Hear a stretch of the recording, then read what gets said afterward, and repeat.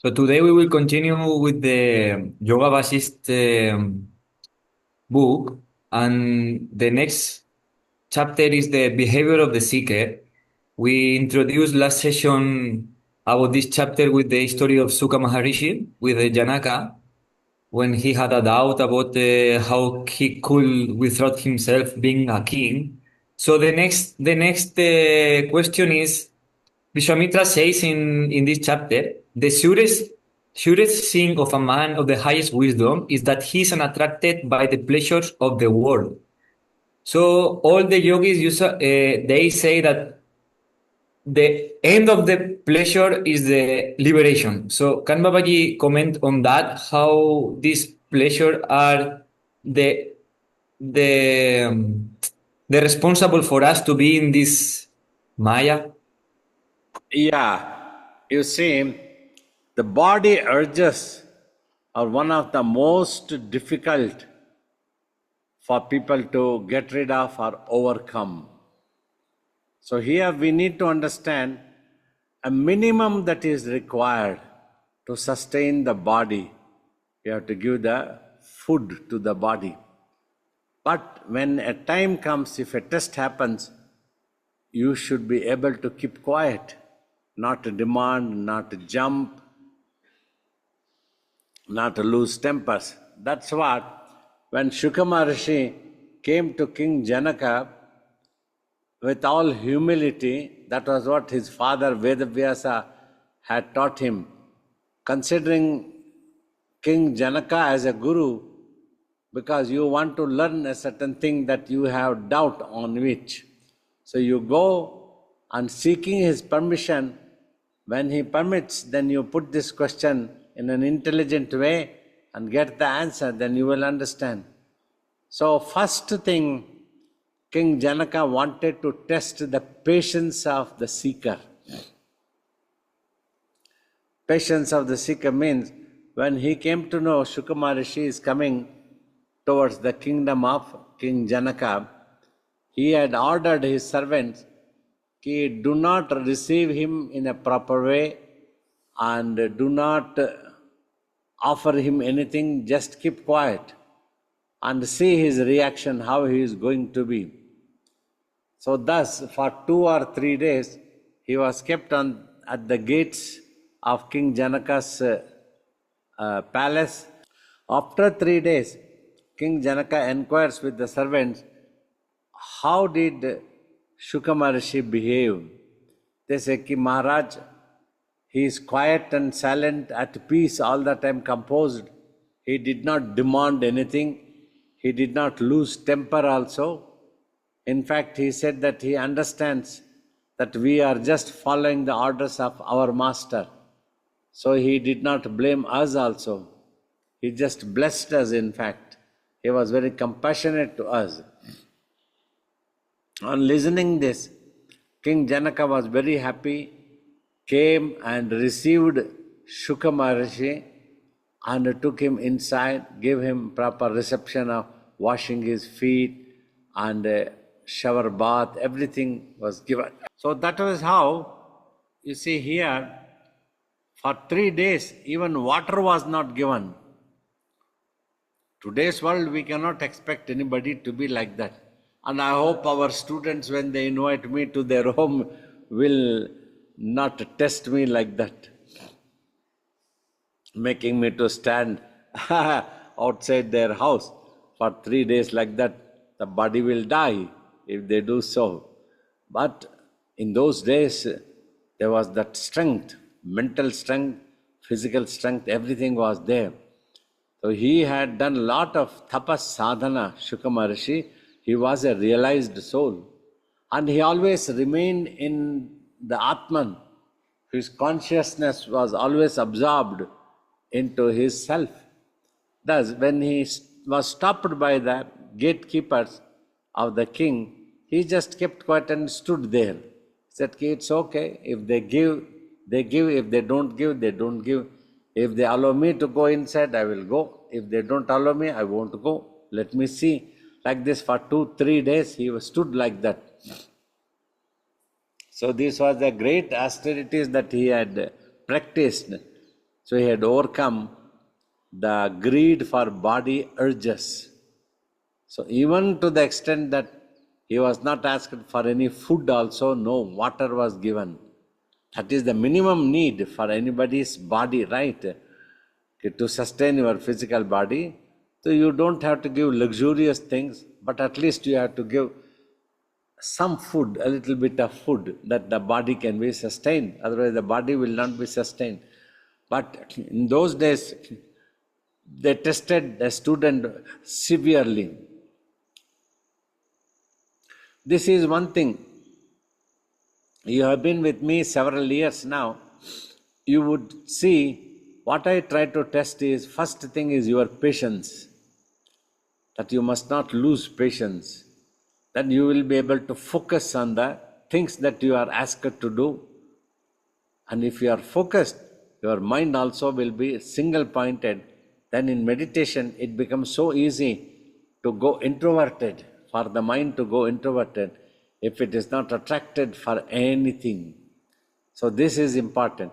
This comes when you would have developed a reverence to the master, a real love to the master, that you love Babaji. Only that can help you to win. Otherwise,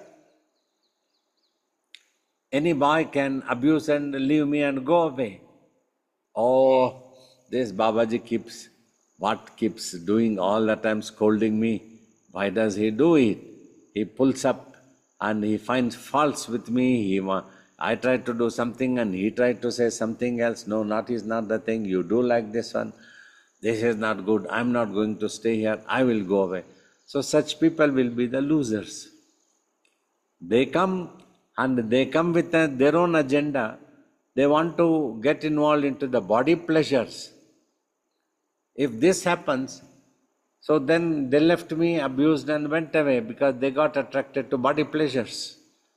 Celibacy is very important on this path to achieve mental peace, mental concentration for anybody.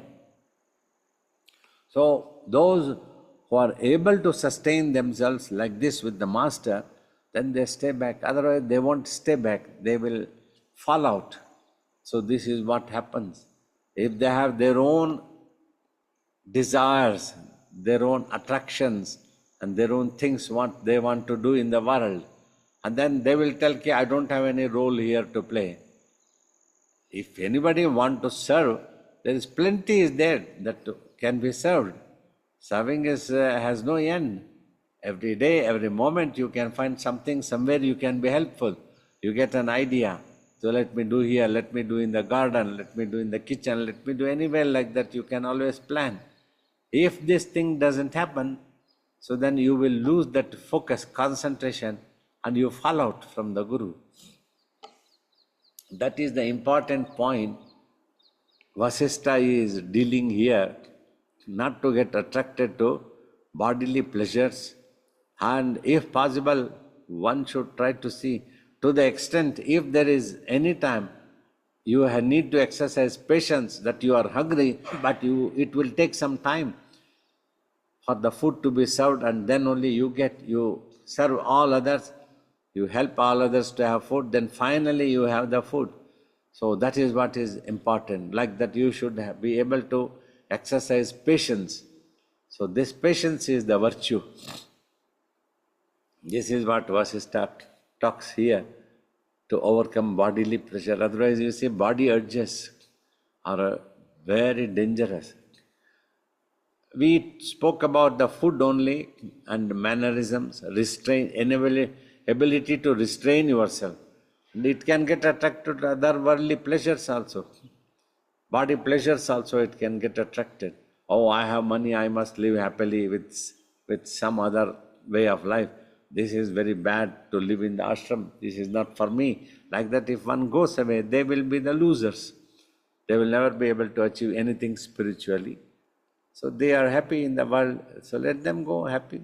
They will understand one day how futile this world is, how impermanent, how it will always give you stress, tension, fear, agony, all these things only.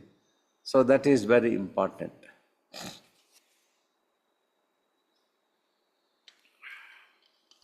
Thank you, Babaji. And then just following up with this, then why all of the human beings, it seems like they are after these desires, even if it is the source of the unhappiness and the suffering and everything. But everyone is still going behind them, and no one is really interested in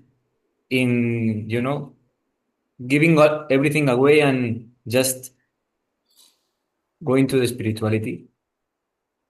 Yeah, you see, knowingly or unknowingly, everybody is looking for peace and happiness, definitely. If you don't get peace and happiness, you won't like to go to any place of worship also, or you won't like to go to any marketplace. If you are not happy, you are dejected, you want to just remain to yourself. But if they don't know the path, right path, where to achieve that contentment, how it comes.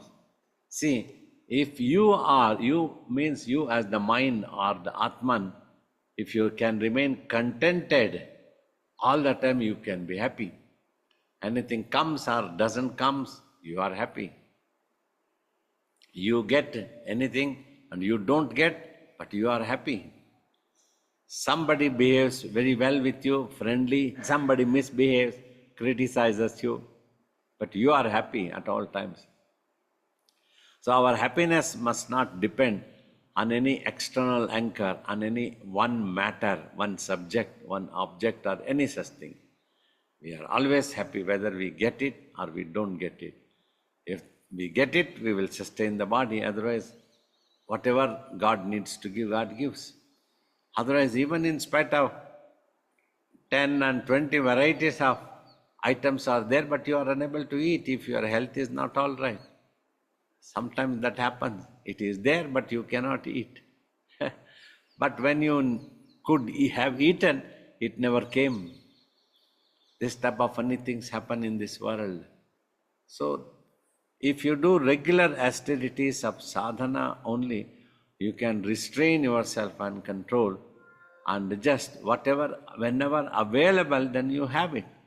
But for that reason, you don't go into a craving, and you don't go on banging your head, and you don't go crying, and you don't go on killing somebody, just that you are interested to have some food. Food is necessary, you have. It will come. When it comes, you have the food. So like that. This is what the Vasistha talking in those days. They were very blunt, and we may not talk in today's world.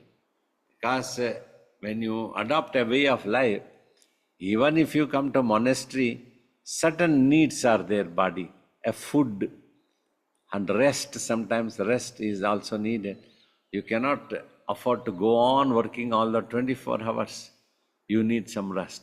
So the Guru takes care of that. He knows. He will give some rest to them. Okay, you rest now. After at this time you come, then we will do some meditation.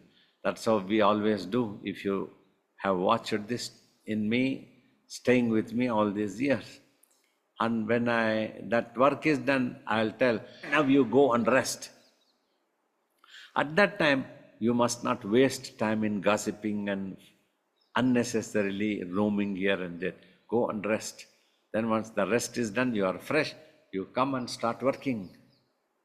You do sadhana. You meditate. Like this, if you do, then only you will gain and you will get the self-realization one day. You will gain control over yourself. So that is how things will have to work. So for this, you have to dedicate yourself and apply. Otherwise, you go after the world, matters and objects, materialistic things, then your mind is always disturbed and it cannot sit into meditation. Then one day you will think, this meditation is not for me, this is very wrong thing, this master is not good, always wants me to meditate, always wants me to work and serve. One boy used to say, this is all that I have come. He expected that he would be given a separate quarters and allow him to be in the room and do whatever he wanted to do. We wanted to train him. in the proper way of spirituality, but he was not ready to take the training and he abused and left us. Like that, these things keep happening. Anybody? So this is what Vasistha is talking there. So if now the question finally what comes, if it is self-realization and liberation is what you want really, then you will have to give that much of time for sadhana. If you have already adopted a way of life, it may be difficult, but still you go on doing some sadhana. When once you reach that stage, then you will be able to dedicate more time. Whatever is possible, you need to dedicate more time to service and sadhana. Service at the Guru's place can help you to overcome the ego and attachment to materialistic things. This is what Yoga Vasistha talking, it tells. Thank you, Babaji. The next point is Vasistha tells Rama that like countless has been the universes that has been created, countless are the universes that are created now, and that everything, all of that can be realized in one's heart just in no moment, because all these universes we have created from our own mind, no? Like a castle built in the air. So how can we realize all this creation just like, like in just one moment? What does that mean, that stage? You see, if you look into the universe, just now your mind is a microspeck thing. There is a supreme consciousness which has created, that has the capacity. That consciousness is supreme, it is all pervaded compared to the mind. So the mind can create only what it is capable of. It cannot create the different universes so much like that. But however, whoever has created, they will take care of that one. What you need to take care is the universe that you have created within you, in your mind. Your mind is into imagination.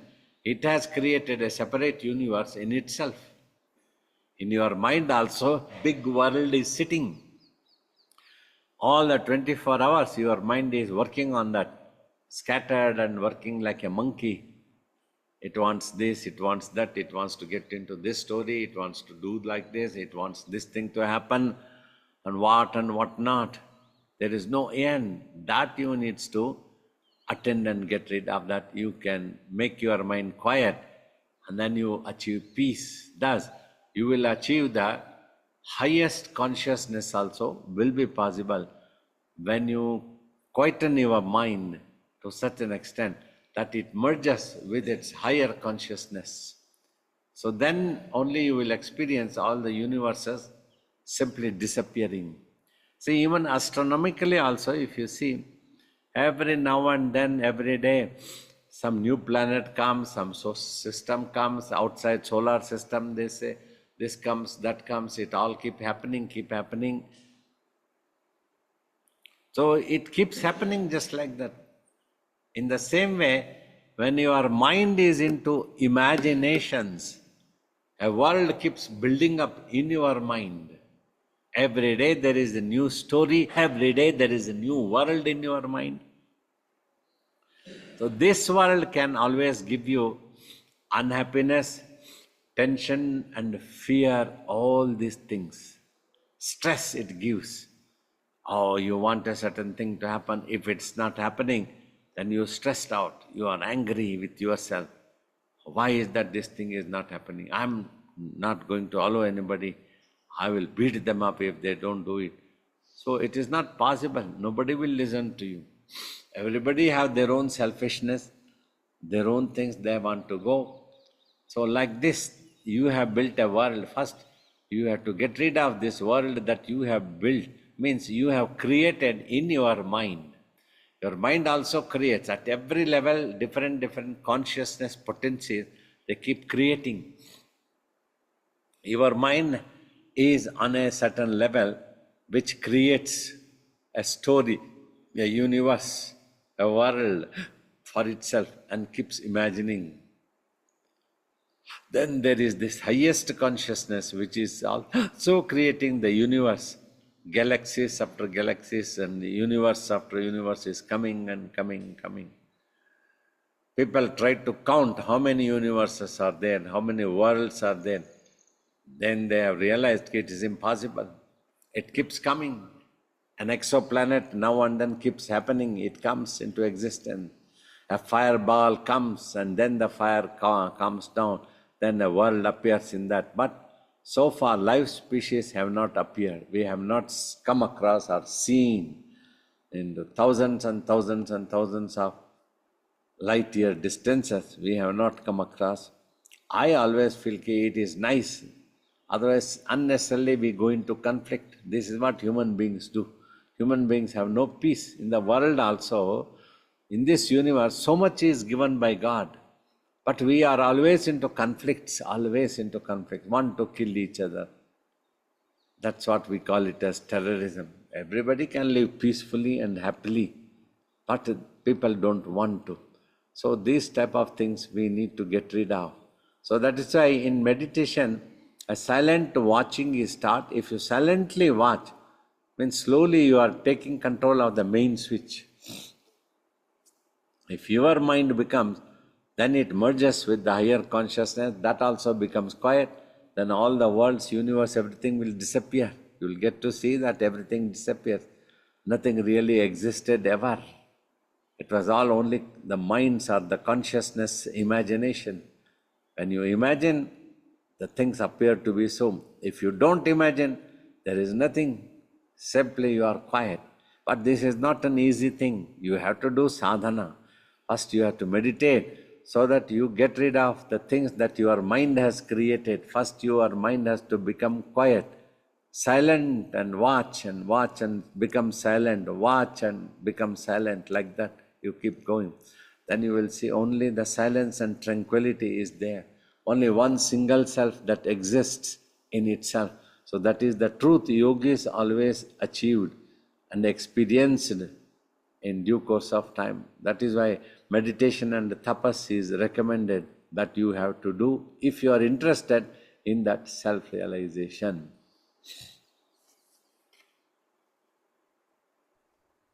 Thank you, Babaji. The next point they talk about is one thing Babaji also gives a lot of importance, faith and self-effort. Well, faith, the destiny of self-effort, Purushartha that Babaji says. And they said, in this world, whatever is gained only by self-effort.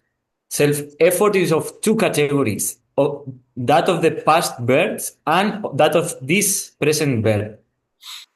Vasistha says the later effectively counteracts the former because the destiny is none other than self-effort in a past incarnation. So the present is infinitely more potent than the past.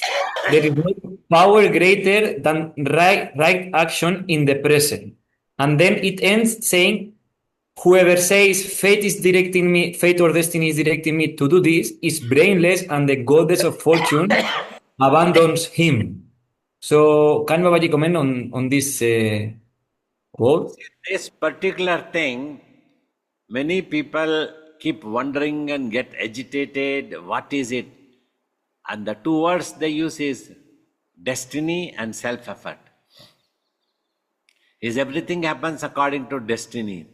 Means their expectation is other than we, there is some higher potency consciousness which plays and creates a destiny for us. But at the same time, an opportunity also is given for you to put self-efforts. Every moment is there. Say, suppose about 150 people have come to participate in this Zoom meditation class. It was with self-efforts. You wanted to come, you are interested to sit in meditation class, you are interested to learn something, you want to listen to Babaji's answers. So you have put an effort and got into internet links and then you are there. Thanks to technology is another thing, that you are able to sit at your home and feel me live and get my answers, and I am able to conduct meditation. So here, at least to some extent, some self-effort has to happen. If you sit in a corner, whatever I am destined, it will happen, what to do. It is not like that. The destiny also, if at all we take destiny, what happens is, it will not allow you to sit down quietly. It will induce you to keep acting. Keep acting. Nobody can sit quietly in a corner. They will be tired and they start doing something they want to do. So both simultaneously keeps going. When they are tired, they want to rest for a while. Once they have rested, they want to get up and do something. That is the consciousness is used to, and it induces the body also to be active in such a way. Until you don't merge with the actual Parabrahman, that is the self, then you become quiet and no effort, there is nothing. So then now, I was talking many times, I have discussed with students, I have told, it is neither destiny nor self-effort. Simply, this may appear strange, because we have spoken about destiny also. Whatever you acquire in your mind, that imprints, induces you to behave in a particular way and creates circumstances for you. So that is destiny. From previous lives it is coming.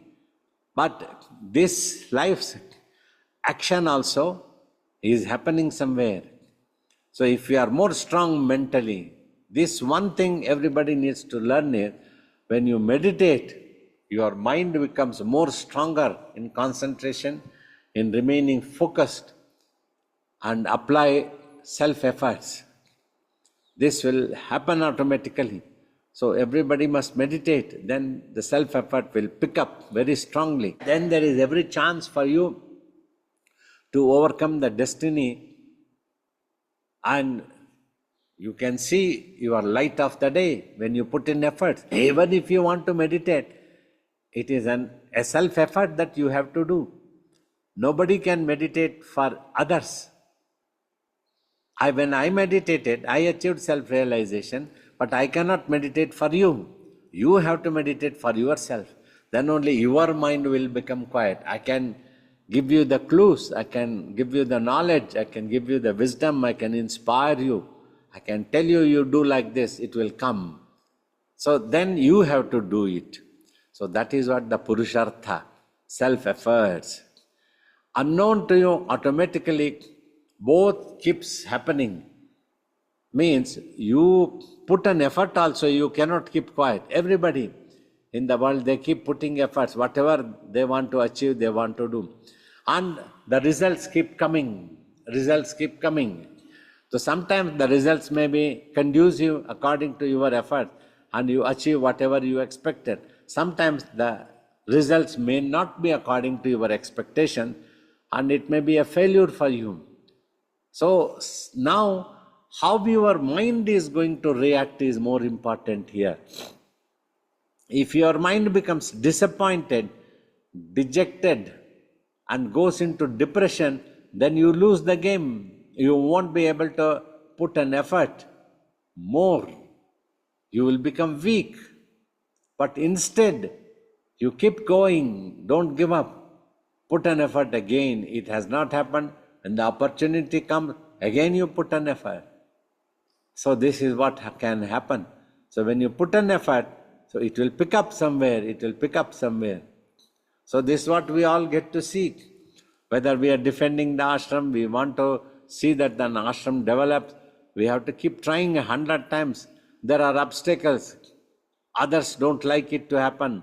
They delay, they don't want to help. So these type of things are all happening.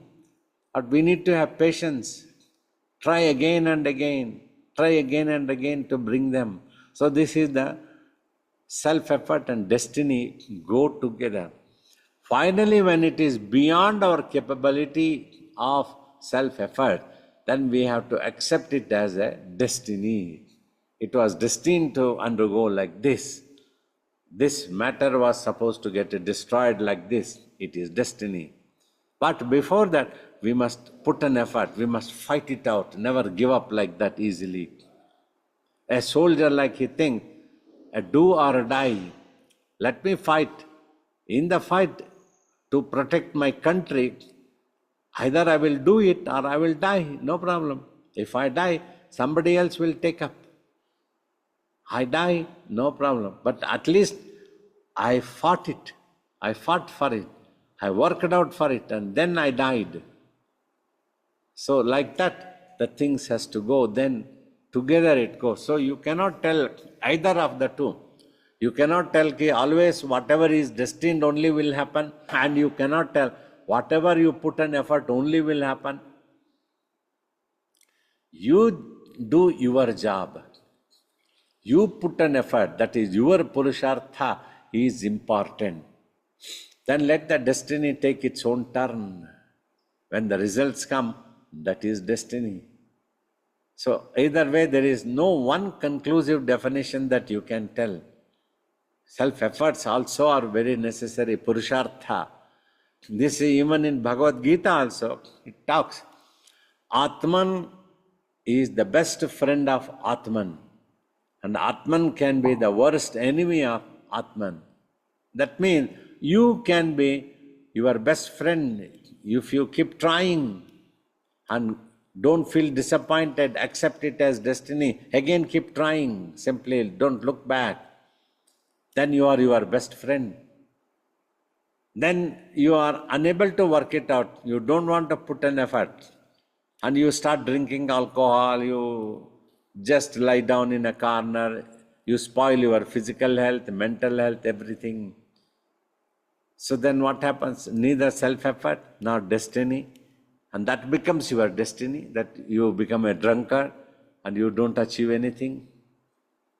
So this is what one needs to understand and think, that both the destiny and self-effort go together. This is what Sri Krishna tried to tell. Atman is the Atma's best friend. Means you can be your best friend if you are more positive, if you put an effort always. You can become your worst enemy if you don't put an effort and you become simply lazy, sit in a corner. That's how things happen. So that's what Vasistha is trying to tell here. Thank you, Babaji. So the next point also with the self-effort they mention is like they give an example that if the farmers' efforts are made fruitless because of the hailstorm, it means that the farmer didn't put enough effort. So he has to put now more effort to overcome that circumstance. So he should not grieve over the inevitable loss, because if that grief is justified, why should he not weep daily over the inevitability of the death? So can Babaji comment on this, please? Yes, same thing that I have been telling. See, that's why at that place, destiny word is used by some great teachers of the ancient times. Because if when you put an effort, if something happens that you do not have expected, if somebody dies, then it can be very shocking. You can go into a depression, you might start crying. We understand anybody's emotion. When the body goes, how it can happen. All of you would be so much attached to Babaji also. If anything happens to Babaji, you won't be able to take it easily. You will cry. You will feel so sad. But fact has to be accepted is what Vasistha is trying to tell. You realize the reason it out. So this has happened and it won't come back. We have to accept it and look for the future. Like many times we advise, give counseling to people. So those people who have gone, they have gone. They won't come back. Nobody has seen it. Now whoever is here in this world, they may need you. They may need your affection. They may need your attention. If you keep trying and don't eat anything, if you are in a corner, so you will also perish. That is useless. You have to. So you have to look for those people who are alive. Because one day they will also go. We all will go. Everybody will go. But when they are there, we need to respect and look after. This is what many times I have felt personally. When our dear ones or people are alive, we neglect, we don't take care of them. We don't appreciate their presence. But if when they die, then we try to express all sorts of regrets and sadness. Oh God, if they were there, how nice it would be. But when they were there, then you did not attend to them. So this type of things also happens. So that is why when somebody is there, let us look after, take care of them. So when Babaji's body is there, if you take care of the time, do not waste it. Every Saturday when Babaji comes, you see, sometimes that can get disturbed by destiny. If I am traveling, if my health is spoiled, something happens, then I might not be able to hold the Zoom session. You will lose that one day. You will lose enthusiasm. Many people don't, they back out. Oh, Babaji is not there personally, we will come when Babaji comes. Many people make it their point, instead of practicing, they should practice. When Babaji comes, they want to come. You have to come. Don't give up the time. It's very precious and essential. I keep telling not to panic you all. So when the body is there, utilize this.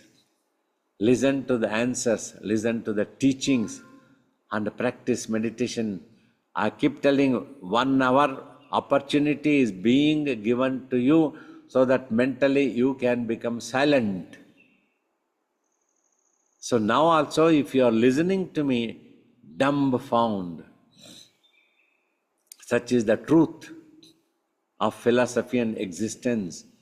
And it can be dumbfound for you. What is this Babaji is talking?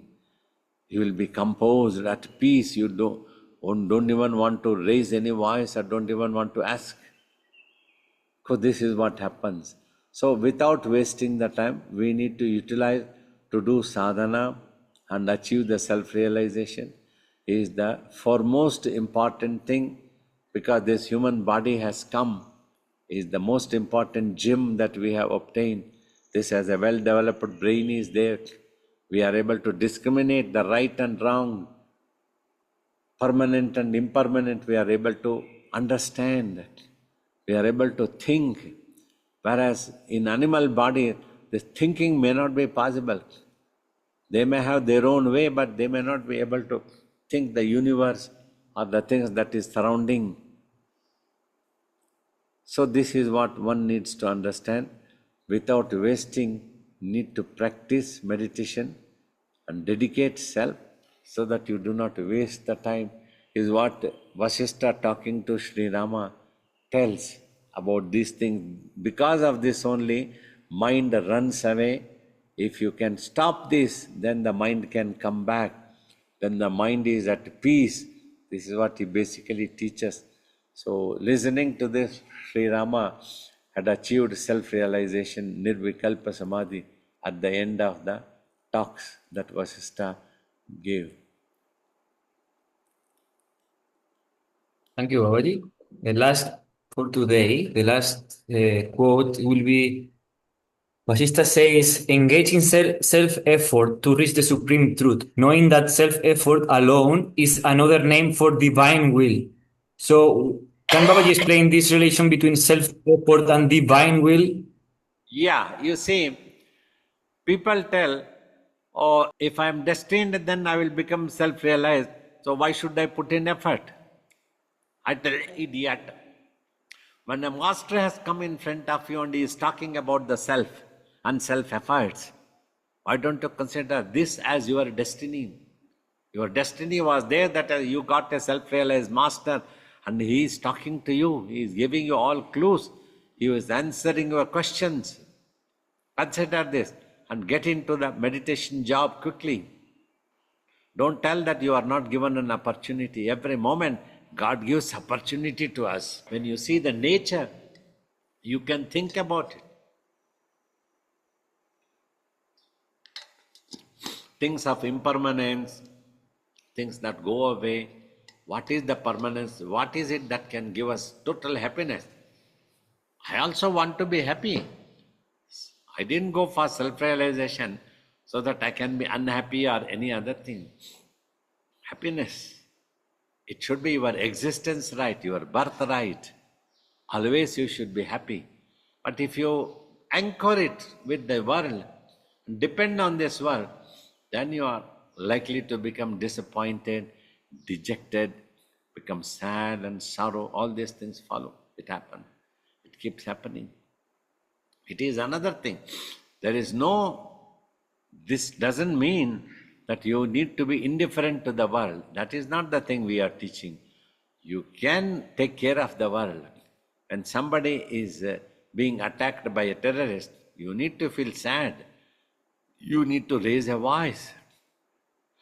You have to try. Everybody has to try. But you don't have to lose your peace, whatever you try. So when I am talking to you all, I want that all of you achieve that happiness, that which I have achieved. So if this happiness was not in there, why would I have recommended? So I want all of you also to achieve the same happiness which I have achieved. And that is why I am talking to you. I am answering your question. I want to help. You practice like this and then you can achieve. So this is such an important thing. So this was Vasistha talking tells, self-efforts. Now, when you put in self-efforts, consider that as the divine's will. You sat and did 1 hour meditation. That was the divine's will. That is what you have to take things positively. There is no such thing that there was no divine's will. The divine wants you all to go to the self-realization. Realize the self as it is. You have come out. You have lost your path. But you have to put in efforts without losing time. So that is what Vasistha is also trying to talk about these things. So about self-efforts. And when you put an effort, consider that as the divine's will. That is the destiny. That means you are listening to me. Consider listening to me as your destiny, as divine's will. Divine wants you to listen to me. And then you meditate, then understand that the divine wants you to meditate. And that's why you are meditating. So at that time, don't go into these definitions, whether it is self-effort or whether it is destiny, which is the one. If we are destined, we will get it. If we are not destined, we will not get it. Don't get into such depressions. Everybody is destined to go back to the self. Simply you have to work it out. You have to work. Self-efforts are necessary. That's what Vasistha repeatedly, they talk of Purushartha here.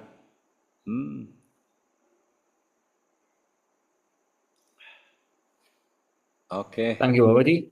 So this will be for today. The topic, I think we can open up for people to ask questions. I see a few hands. Yeah, few questions we can take for 10-15 minutes. Yes, Pranam Babaji, Yeah. Pranam. My question is like in Mahabharata, there was Barbaric, and Barbaric was given a boon by Lord Krishna that he would be prayed as Krishna only in Kali Yuga. Okay, so and that is happening as Khatu Sham in this area, northern belt of India.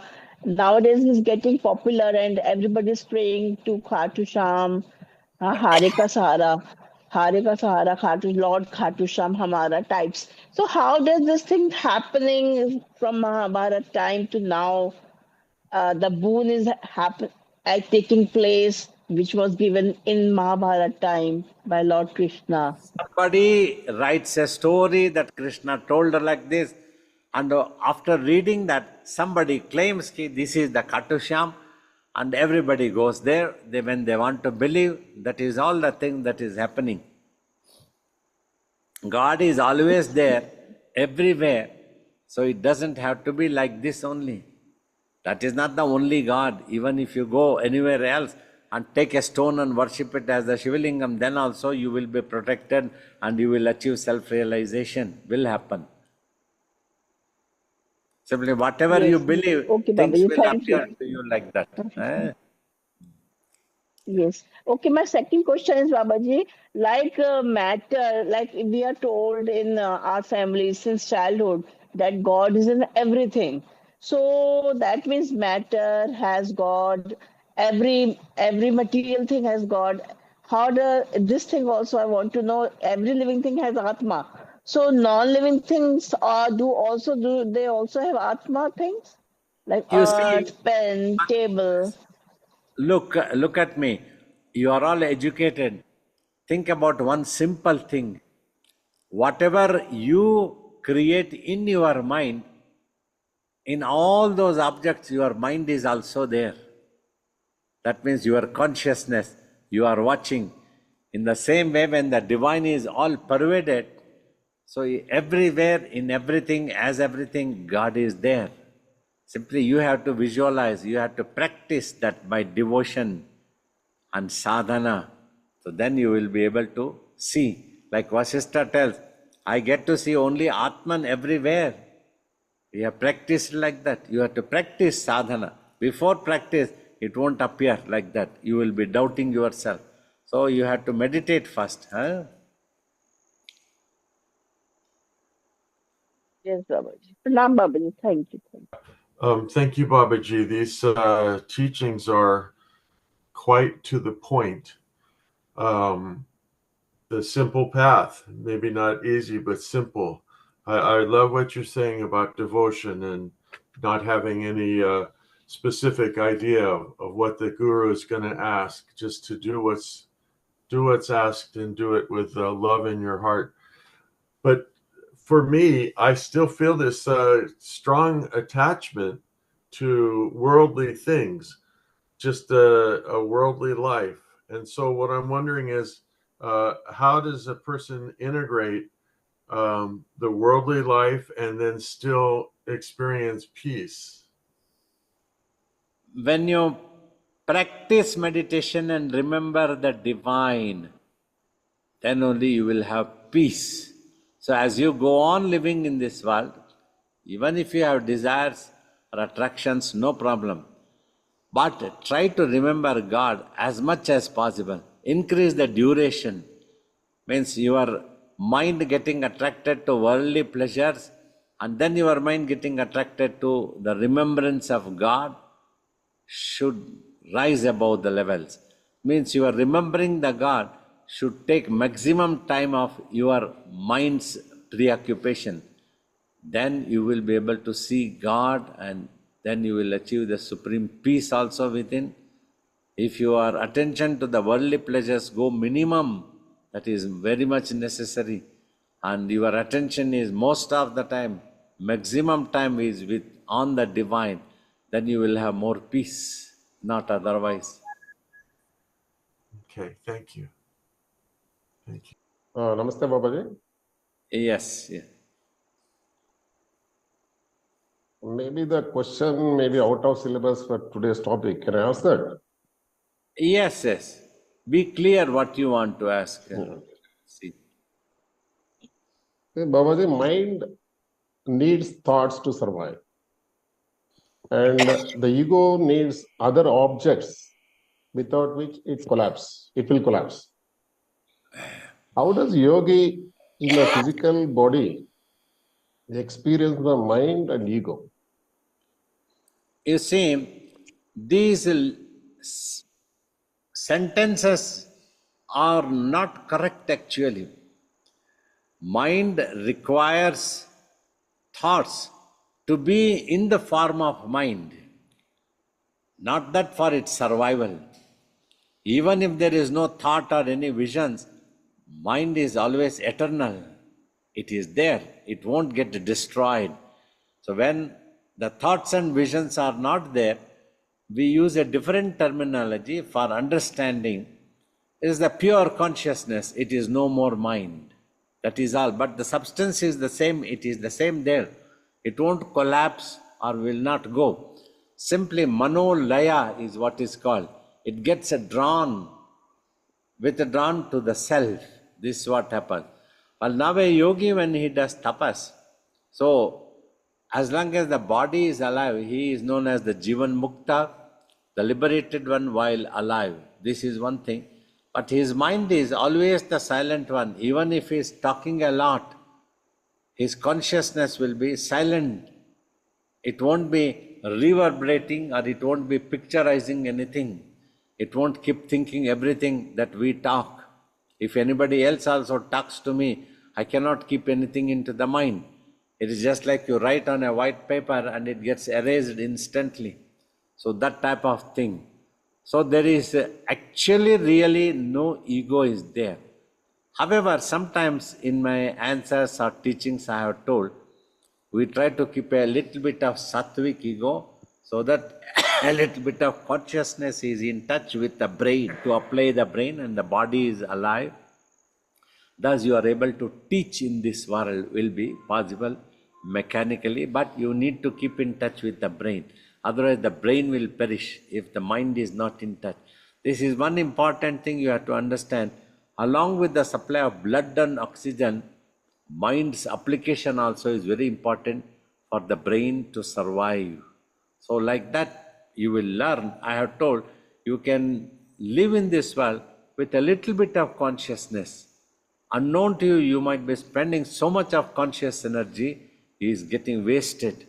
So thus if you practice meditation, then your mind will not get involved. It will be the silent one, but you will be able to operate.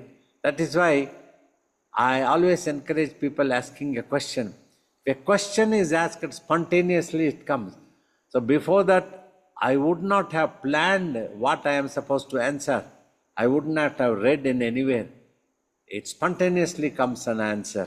So that's why I tell Kibai, be clear in your question. Anything connected to spirituality, mind, consciousness, then I can answer. This is my opinion, my experience. Like that it comes. But there is no planning. There is no preparation. Or such a question might come. I need to know what the question is. I have to prepare for that by reading.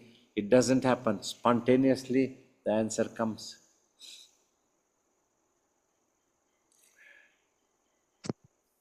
Yeah, thank you, Babaji. Pranam Babaji. Yes. So Babaji, the question is on the meditation. When I'm doing the meditation and then focusing on in between the eyebrows and watching the thoughts, things coming in. But recently, I am feeling that the noise or the sound is creating a lot of disturbances, and I try to watch the sound. But I get confused of watching the sound or ignoring the sound. Uh, so I just wanted your advice, Babaji. Both are same. If you just watch the sound but do not analyze, then you are ignoring the sound actually. You are not getting involved, engaged into such a sound effect that might be appearing. So like that, if you just watch it, then sound will disappear, it will go away, then your mind will become quiet again, and just as much as possible, try to keep watching in between eyebrows. Even when a sound appears, then you will see that sound coming in between eyebrows only, and then it will disappear. And when I am working in the laptop and I have closed all the doors, windows for minimum sound coming in, but still I'm working, I can still hear there is a truck going in the road. So in those times, sometimes I feel that in this past few weeks, the ears are getting more sensitive than the thoughts coming in. Is it a little strange or how? It is not actually strange, actually. It happens. The mind picks up. Any sound comes, then say some scooter going, then mind will run after the scooter, then it picks up that picture of the Yeah. scooter, tries to visualize and tries to think something. So this type of things happens. So at that time, Okay. even if that sound effect comes, try just to watch and do not think. what it is, whether it is from a scooter, from a car, from an aeroplane, from anywhere that's coming. So that means you are ignoring the sound and just trying to watch, then it will disappear. Then meditation will progress further smoothly. Alright. Nice. Babaji, Yeah. what actually is grace? And grace? Listen, there is really no conclusive answer. Nobody can understand what this grace means. People have their own definitions. So many gurus might have spoken. But simply, you see, when anything happens in your life, if it is according to your expectations, then you would like to call it as the divine's grace. But if a certain thing happens, even if it is not according to your liking, you should know that is also the grace of the divine. Because the ultimate goal is that the divine's grace need to take you towards the spiritual height or the self-realization. Just like a mother, if the child is stepping onto a wrong path, she would like to pull up the child and bring it back to the right tracks. At that time, the child may not understand. It may feel upset. Oh, why mother is pulling me up? She is not allowing me to play like this. She is not giving me this thing. But mother wants it to be on the right path. So that is the grace. That's how grace always is there. Anything that happens, you have to visualize that it is the grace of the divine, and then you will see eventually you will always be taken to a higher elevated plane of self-realization. Then you will understand. Okay? Pranam Babaji. My question is, Babaji, like nowadays for the last 1 month, what's happening? Like I keep on chanting this Hare Ram, Ram Ram, Hare Hare, Hare Krishna, Krishna Krishna, Krishna Krishna, Hare Hare.